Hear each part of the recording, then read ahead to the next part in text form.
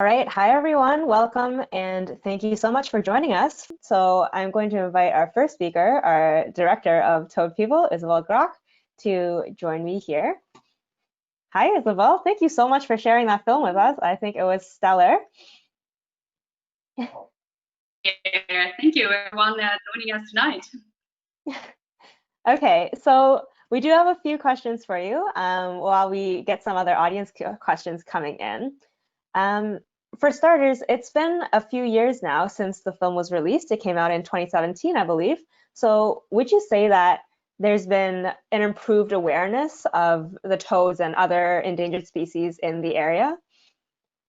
Yeah, that's a great question, Wei. You know, when we started working on this film and I pitched the story, doing a film about Western toads, people really laughed at me. They said, "What? Western toads? They're as a conservation champion, that's a very unlikely species to use as your film star. Why can't you make a film in British Columbia? We have so many other charismatic species that are also in trouble, whether they're grizzly bears or killer whales or other animals like that." And people really didn't think about Western toad. They didn't consider them. They didn't think anything of them really. And what the film shows is certainly the love story between people and toads, but also the fact that toads, we have a lot to learn from toads, and I've learned that they're really true connectors, and they connect us in different ways. First of all, as you see in the film, they connect different habitats, the forest, the wetlands. They remind us of the importance of protecting different habitats for the survival of not just toads, but a lot of different species. The other thing is that they connect people. They connect all these different communities that were in their neighborhoods to save those toads, and they didn't know that others in other communities were doing the same thing. So that was a very powerful message, because through the film people discovered that they were not alone, that there were many other people working in their communities to saving toads or other endangered species, and that's really something that resonated. And the film was produced in partnership with the nonprofit, the Wilderness City, as a tool for leading a campaign to raise awareness about the lack of endangered species legislation in British Columbia. Like Ontario, BC doesn't have a standalone species at risk legislation, yeah. So the film served as a call to action, certainly. But we're really blown away by the community engagement. A lot of community groups, schools, nonprofits all over the province, nationalist clubs really took that on. They organized their own screenings, and they had discussions, they signed petitions. They really took that at heart and then the film was selected for the Wild Screen Film Festival in Bristol in the UK and won the Impact Award, which was really surprising that such a little film produced low budget in BC about toads would make such an impact. But we discovered that this local story resonated globally. And then we started hearing all these stories from people from all over the world, from Italy and Switzerland and the UK and France and Australia, all these places telling us, oh, we have toads crossing roads, or we have reptiles, similar issues. And they found the film resonated with them because it gave them hope. They saw that other people in different corners of the world were doing something, raising awareness, making a difference. And it was really a tool to make a difference. They realized, well, you don't have to be an environmentalist, a professional biologist. You just have to be somebody who cares. So that's the real impact of the film, and lasting impact of the film, I'd say.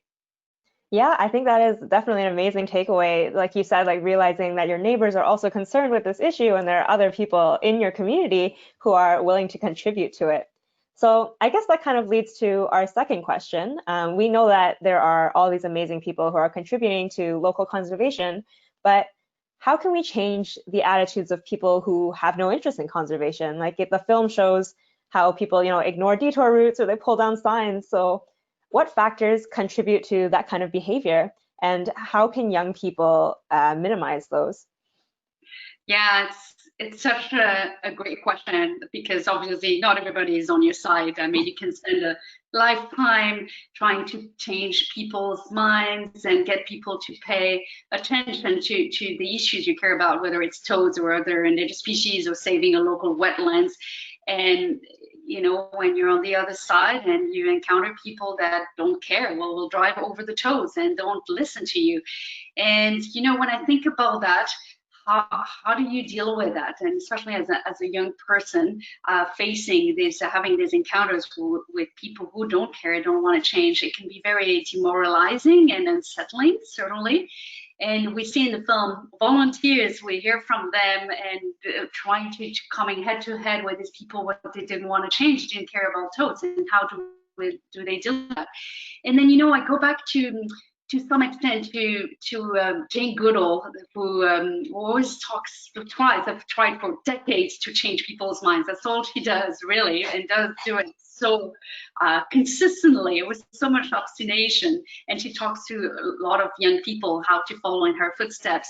But she always said that it was her mother that taught her that, you know, when people don't agree, they don't agree with you, start by listening. Don't just point fingers and coming with being aggressive. Just listen to what they have to say, and then take that time. And then from there, you'll learn something. And perhaps that's the beginning of a conversation where you can think about, what is it? Where this person coming from?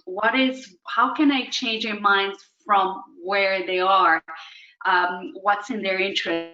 How will they change? So think about that, and then think about how you can entertain a conversation where they can perhaps consider how saving nature or animals can benefit them as well, is in their interest. So often those people don't consider nature as being something that's far away or doesn't concern them. They're separate from the natural world or from wildlife. They don't see the interconnections. So when we look at toads, for example, some people in the film, characters say, well, they help with, I guess, mosquito controls. They have a role to play in the environment, and in that way, they have a benefit from humans as well. Their presence really support humans as well as a lot of the natural world function. So that's one way. And the other thing that I find also in terms of changing people's attitude is people tend to react better perhaps to stories, to something that will speak to their heart rather than to their minds. So approaching people intellectually, they're always going to think, oh, how I can refute that, how I can find another argument to change that. But if you can find a story that speaks to their heart, that hopefully gets people to change. Yeah, and I've seen that. Even the toughest, they can fall in love with toads. We've seen that happen. That is amazing. Really great advice as well for our audience. So one of those big things is people who are really passionate about environmental issues tend to resort to pointing fingers first thing, but it's, like you said, so important to start that discussion, to tell a story. And I know we've kept you talking for a while, so before we pass it off to Tisha, I have one more question. It's that you have an incredibly cool job description. The work you do is so interesting, and I think a lot of our audience who are contemplating environmental careers would love to hear more about your work. So could you give us a very quick summary of your career path and the rewards and challenges of the work you're doing presently? Thank you, Wayne. Well, it's a big question. I love what I do. Certainly, I'm very passionate about the work I do. And you know, that passion started at a very young age. I'll tell you very quickly a small story. But when I grew up in France. I lived in BC for many years. But I grew up in the south of France, in a city that was very far away from the ocean, so I had no connection to the ocean whatsoever. I'd never been to the ocean, never seen it, and yet one day on television, probably around 10 years old, I saw some images of had been an oil spill, a very severe oil spill in Brittany, and I'd seen these images of those seabirds covered in oil and dying, and that really made a very strong impression on me. And I saw volunteers trying to clean up the beaches there in Brittany, and I told my parents, "Oh, I want to go, I want to help, I want to clean up the birds, I want to do something." So my parents said, "Okay, well, you know, you're a little young for that, so you have to stay in school. You're not going to go there. That's it. End of story." But yet, it made such a profound impact. And remember, it was just the power of images, because I've never seen a seabird. I didn't know what it really looked like in real life. But the images were enough for me to wanting to act, to care. And I think this is probably right at that time. Journalists, I would be using words and photography to write about environmental issues and get people to care. And that's what I've done over the years. And I've been very privileged to work with very passionate people, and I've truly and humbly look at myself as a connector, because I'm not a scientist, I'm not a biologist, I'm a journalist here documenting those stories and bringing them to the public. And I really feel my role is like a toad, is a connector between different worlds and bringing that to the public. And when I think about some of our people perhaps in the audiences considering careers in environmental science and being a scientist and bringing those important learnings and understanding of our natural world, and is so needed. A career as a journalist or a storyteller is really something that helps as well, and it's also a career that people interested in making a difference for the natural world can also consider, because they really work together, the science and the storytelling. They absolutely do, and we can see that from the film that we just saw. So, Isabel, thank you so much for joining in this discussion. For our viewers, if you have any questions for Isabel, please feel free to post them in the chat, and she's going to stick around for a little bit. But in the meantime, thank you so much. So I'm going to ask Tisha Tan if she's on this call still to come on up. Hi, Tisha. I'm here. Hi. Thank you for your patience. We have a couple of questions for you too. So All right. Obviously, we don't have Western toads in the GTA, but there are still plenty of wildlife species that are affected by roads affecting habitat connectivity. So could you tell us a bit more about how this issue manifests in our area and what the TRCA is doing to address it? Yeah, absolutely. Like in our area, we live in the GTA. It's a really highly urbanized location. And so you can imagine a lot of roads are going through or bisecting a lot of really significant habitat areas for our local wildlife. And so, as people probably know, the mission of the TRCA is to protect and restore natural resources in collaboration with our partners. And so we continue to work with our municipal partners using our biodiversity experts to help inform decisions that might have road ecology implications. So one such project is the project that I'm working on at Heart Lake Road in Brampton. I'll go over it a little bit, though I really think that this film could have just as easily been about our project as well, because they are so similar. Back in 2010, we had a group of concerned members of the public approach the TRCA to bring forward their concerns about a significant number of wildlife fatalities that were occurring in a very concentrated stretch of Heart Lake Road. And specifically, people were most concerned about the number of turtles getting hit. So rather than toads, we've got turtles. They eventually became our target species for the program. And much like the toads that you saw in this film, our turtle ecology involves like a spring movement. Around late May to early July, we'll have female turtles leaving their wetland habitats and often traveling over land and across roads in order to get to their nesting habitat. And this leads to a lot of mortality, unfortunately, especially on these gravelly roadsides where sometimes females will prefer to nest. And so this is like just so devastating to these turtle populations. that are, native to this part of Ontario. Currently, all the turtle species that you'll find in Ontario are designated as species at risk at either the federal or the provincial level or both. Um, and, these female turtles are just so crucial to the health of these local populations because, just like these toads, they lay a ton of eggs, and these eggs will eventually help with population growth and recruitment.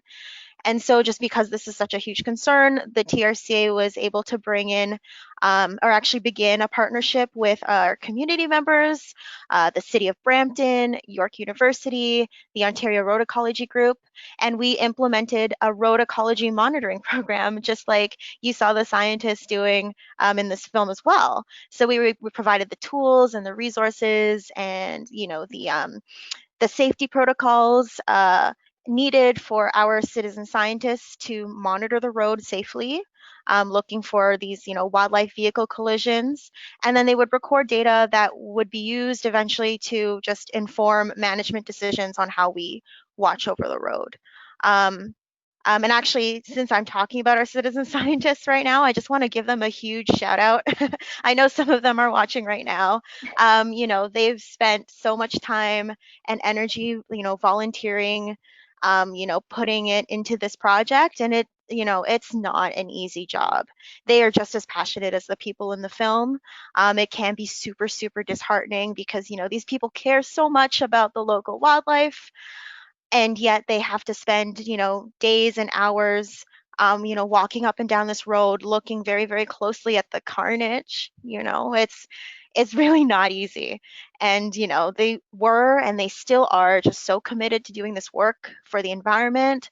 It's extremely inspiring to myself and to the rest of my team, and so we're just so grateful for their contributions. And you know what? Truly nothing would have been possible without their efforts, because a few years of walking up and down this road and collecting this data, we were finally able to identify a couple of hotspots where, a good chunk of the mortality was occurring. And we were able to use this data to get the city of Brampton on board and they gave us their full support in installing and maintaining mitigation measures, just like in the film. So I think as of 2016, the city has installed a couple eco passages that go underneath the road to provide like a safe way for the wildlife to kind of cross it. We also put in cameras in these eco passages, and I swear our array with the laser beam is like identical to the film. We also installed exclusionary fencing that was specifically designed for turtles, and to just keep them off the roads.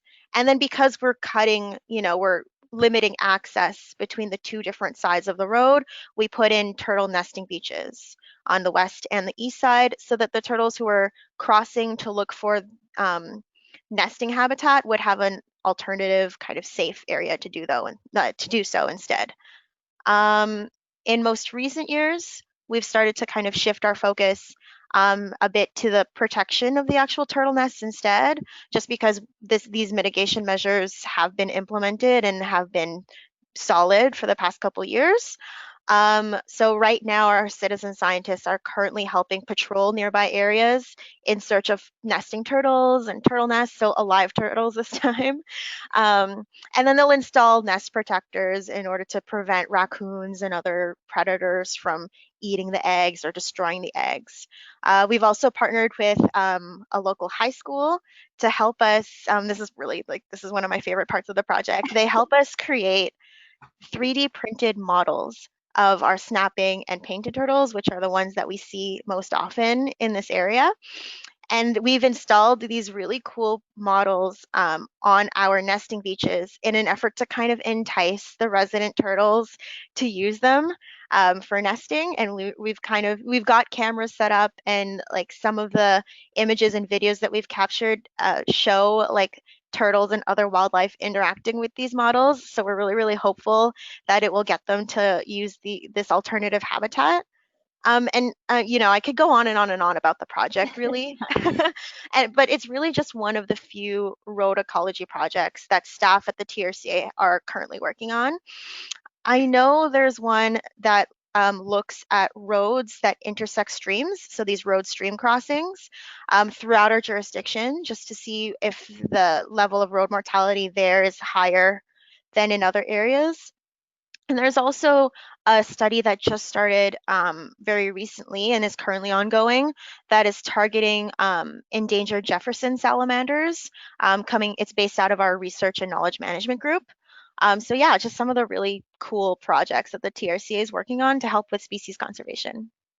Yeah, thank you so much for sharing all those details. I feel like a lot of our listeners and people in the TRCA's jurisdiction in general aren't aware that there's so much road ecology work that happens here because they think, being in an urban setting, they're kind of separated from nature, which is not true. And we find that in so many ways. And citizen science, of course, is so incredibly important for conservation efforts. And we do have quite a few audience questions coming in. So the first one is for Isabelle. Do you know some of the other species that were also able to benefit from the wildlife underpasses?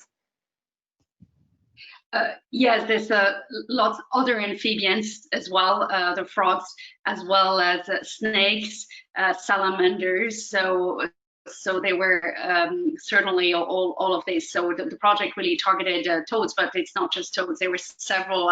They've done a count of the different type of species that were helped, and certainly there's a diversity of. I think particularly salamanders. I think were really a big beneficiary of this project, which is also shows, I think, and to build up on what Tisha was saying, the terrible impacts of roads on so many different species, actually, and I think projects like that really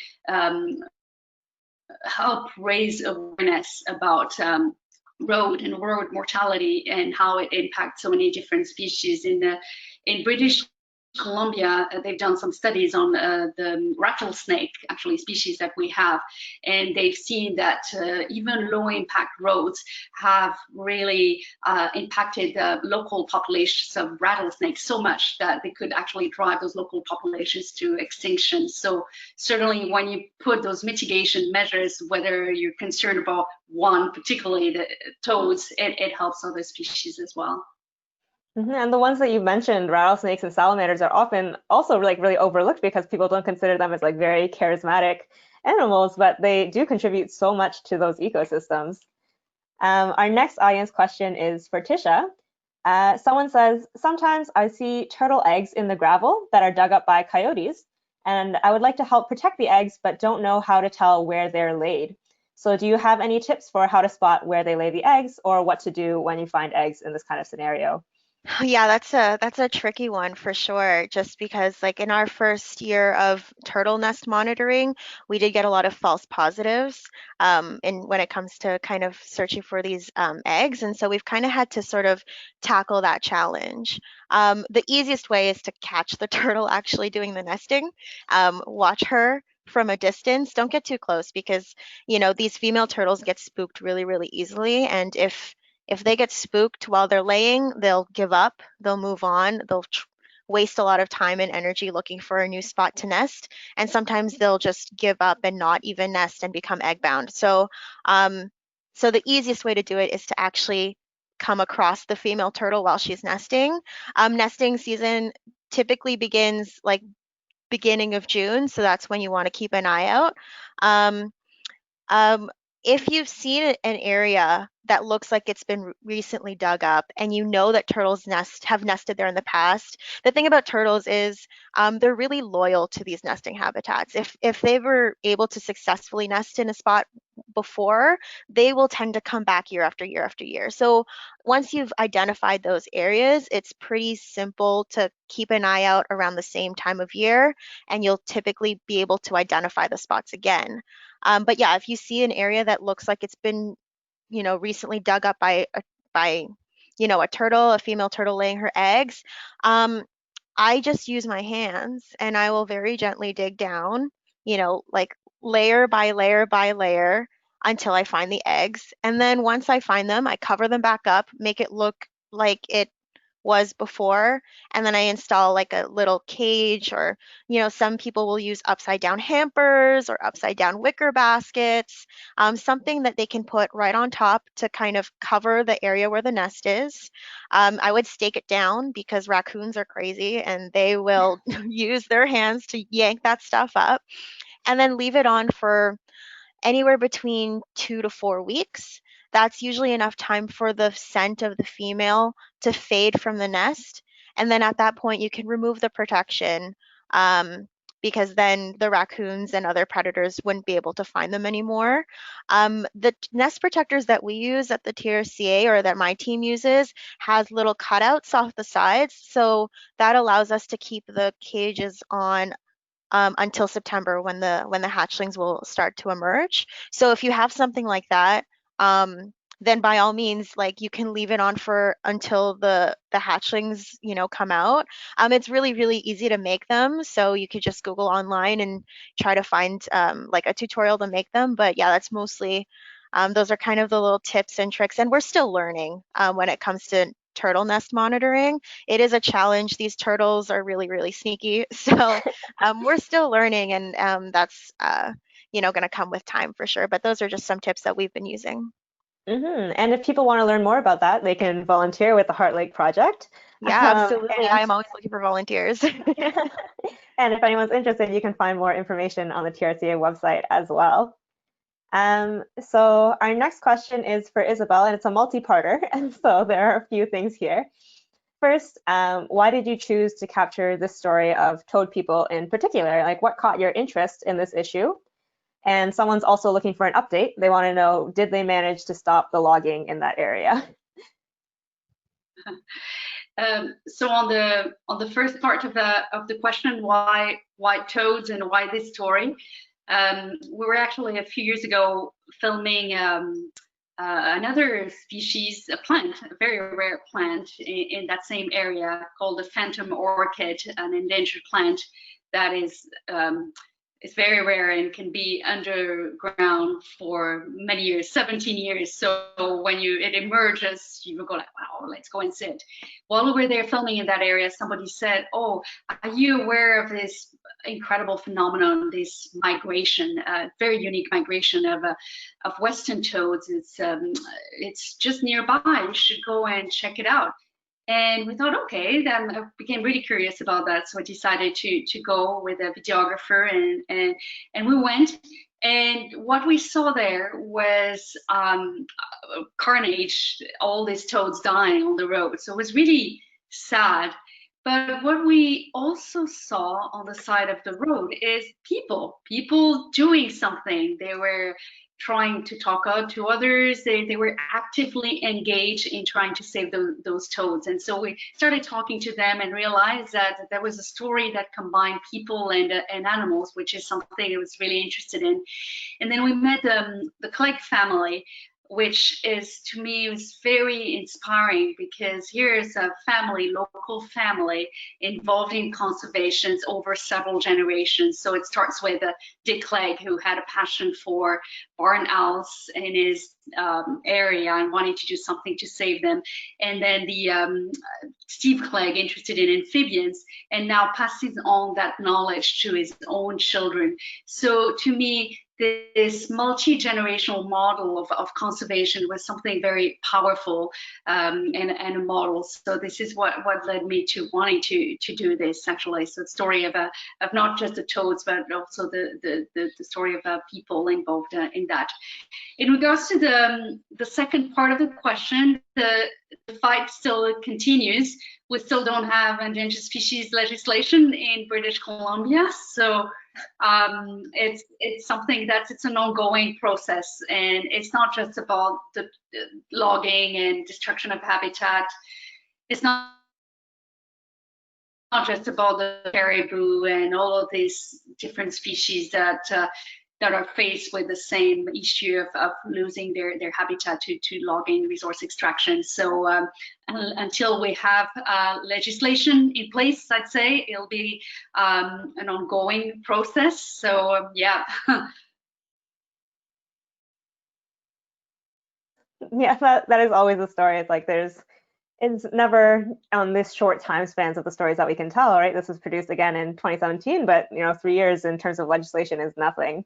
So It's still a very it's still a very relevant issue. I think it's those larger contexts of securing protection for species at risk in British Columbia and not just in BC is certainly something that's still on the agenda. So it's very important and really what people do on the ground and volunteers. And I'm so pleased, Tisha, to hear all the work that your volunteers and citizen science are doing. That's so important on a day-to-day. That really makes a difference, and that contributes to raising awareness about the bigger law and policy change that need to happen as well at a larger scale. Yeah, I invite absolutely. you, Isabelle, to come and film our team next time because they are just as amazing as the people you filmed in this film. Again, thank you for all your questions. Thank you for participating today. If you have further questions, please reach out to us and we will try to get a response to you as soon as possible.